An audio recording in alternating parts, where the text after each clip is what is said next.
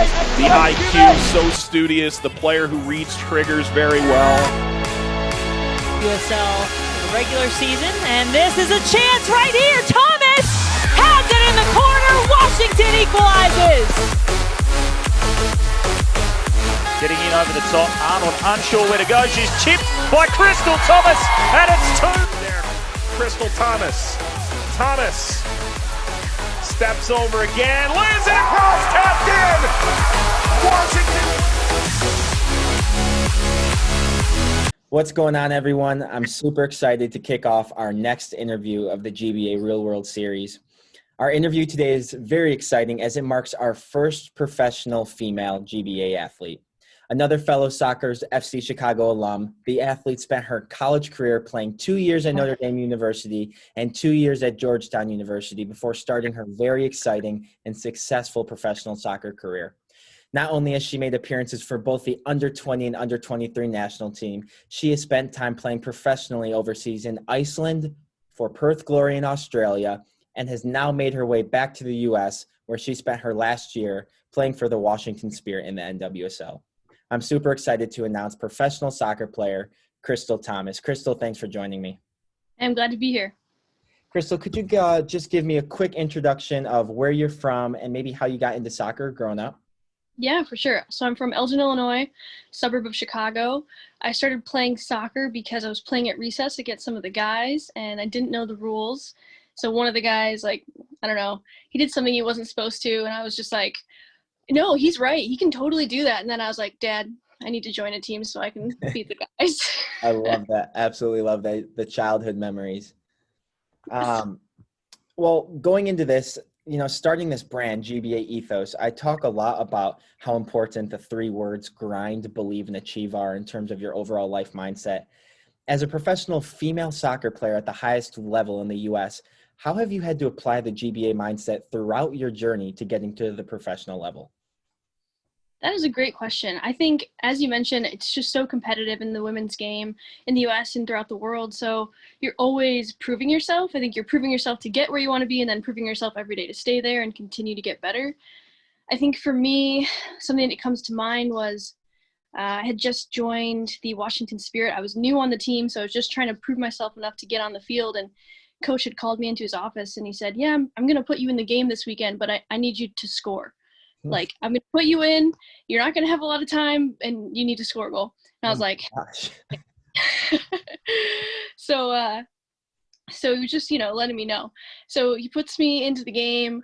I think there's 20 minutes left maybe, and we're playing against North Carolina, who had won the league the year before, and then they won again that year. And I ended up scoring a header goal. It was pretty exciting. I was like, let's go. Doesn't matter what your height is. That's right. And I think what that was, though, was the culmination of weeks and months and years of training and working hard and grinding and then believing in myself, getting to that level and then being I'm not content here. I'm going to keep getting better. I'm going to keep proving myself. And that brought the achievement or the result of getting the goal and continuing to help the team, Absolutely.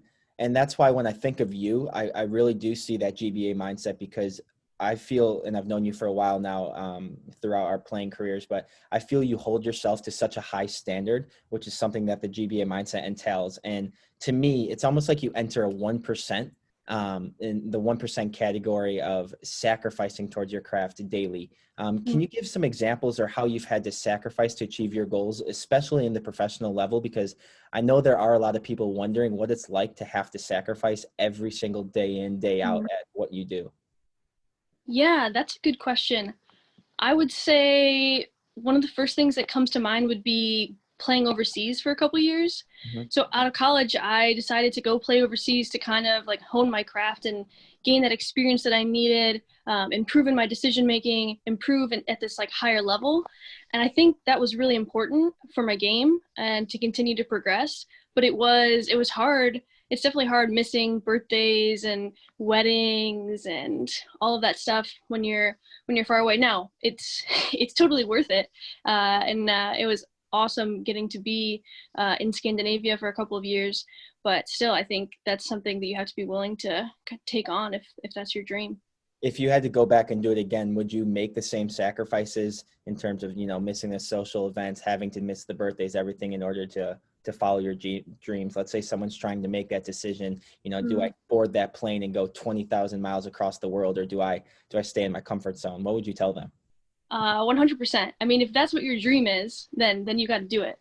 I think you'll have more regrets if you don't do it than if you take your opportunity. And I think, for me, then you come back and you're like, oh, actually I didn't really miss that much. And everybody, my family still supports me. My friends are still there.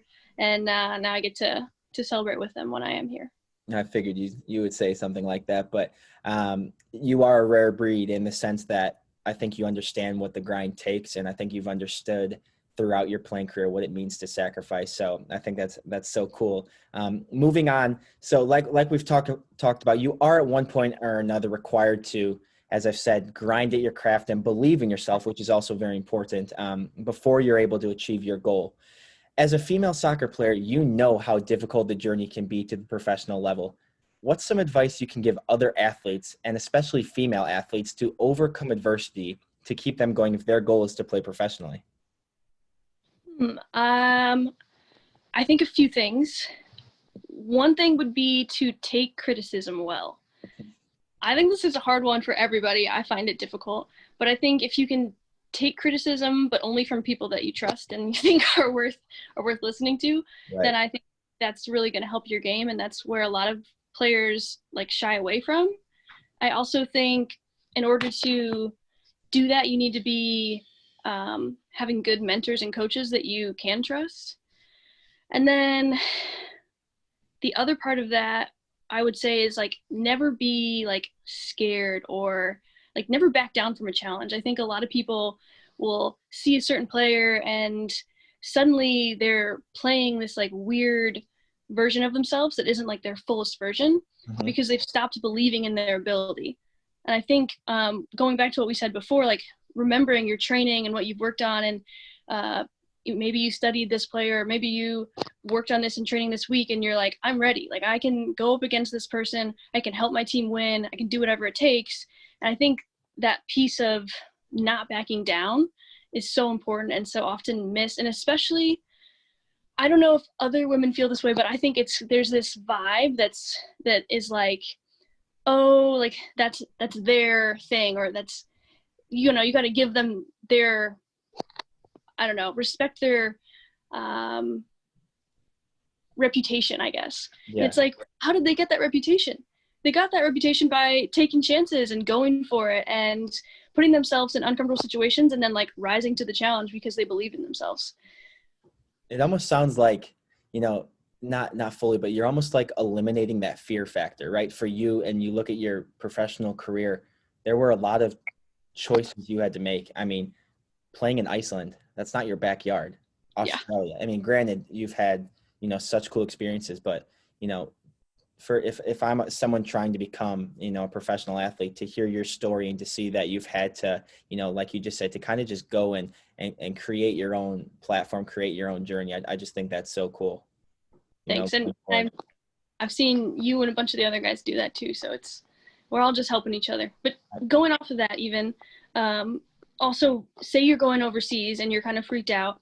I think it's just important to remember they're just they're people just like us. And sometimes it's a little bit, I don't know if I think you were in Australia, so everyone spoke English, but I remember going into Norway and Iceland and being English isn't their first language. I clearly don't speak Norwegian or Icelandic. And how is this going to work? You're kind of just freaked out. But then you get there and you just talk to people just they're just other people. They just want someone to be with them and to listen. So I think for me, just getting past that initial, oh my goodness, is it going to be so different? And you're oh, it's not. They're just people. Right. I love that. Kind of staying true to, reminding yourself every day what your goal is, and realizing it might be scary at times, but, this is ultimately what you want to achieve. I love that. And then this is our last question. We've talked a lot about what it means to have that GBA mentality, but what I want to know is if you could pick one person who's really helped instill that mindset of, grinding and believing in yourself in order to achieve your goals, who would it be? So I think I'm gonna have to cheat on this one. I have a couple. That's okay. If you want to give one or two, that's totally fine. Okay. I would say both my parents. Okay. My dad, he's always very honest with me about my play, but he's always believed in me, like no matter what. And he's always just like, keep working hard, keep believing in yourself, and like the results will come, which is, I mean, that's exactly what GBA is, you know? Yeah. So he was always said that. He's like, oh, like you're going to rise to the top. That's what you do. That's what you need to do. This is your job. Like, oh yeah, you're right. Good person to have in your corner. Yes. So he's awesome. He always came to all my games, like everything, even quick side. So just quick story. So I love quick stories. I was in Norway, and my dad had like promised he would come to one game. And then just like family stuff happened, like financial sickness stuff, and it just like wasn't going to happen. It's like, okay. And I was talking on speakerphone to both my parents, just like, oh yeah, we only have one home game left. And I was just like, I thought you were going to come, but I was like kidding. My mom heard, and she was like, did you promise to go? Yeah. And so my dad's like, well, I don't remember that. I'm like, you did. And so we have one home game left, and out of the blue, my dad shows up at my doorstep in Norway. Like, it was awesome. Just surprises me. It was so cool. It came to our game. It was like raining, of course, and cold, but scored a header goal, which was great, diving header. There you go. I have to, got to score if Dad's gonna go all the way to Norway. Oh, of course. Well, I'm glad that worked out then for sure. Yeah, so he's definitely someone I look up to, and also my mom. She always finds a way to like find a solution or get what needs to be done, even if it doesn't look like there's kind of a way to make it happen. So I appreciate that about her, and she works really hard. That's so cool. I do think an important part of your journey, and I think of, we can talk about trying to have this GBA mindset and what you need to do, but I do think it's important to have people in your life who are supporting you and, holding you accountable throughout your journey. So it's awesome. I actually thought you were going to mention Brett Hall, because I don't know, he's another person I think we both can say has been a fantastic impact. Totally. I was talking to Coach Brett today after training. And I was just like, because he's always giving you pointers and tips. And today he was just like, great job, Crystal. Like, I was like, oh, okay. Another person to have in your corner for sure. When you get a compliment from Coach Brett, you're like, I'm gonna put that in my back pocket and hold on to it. Absolutely. Couldn't agree with you more. Well, awesome. Crystal, thank you so much for taking the time to do this interview. I know this is going to help a lot of inspiring athletes to make it to the professional level. I wish you the best of luck with your upcoming season, wherever that may be. And I just look forward to continuing to follow your journey. Thanks, Eric. Have a good one.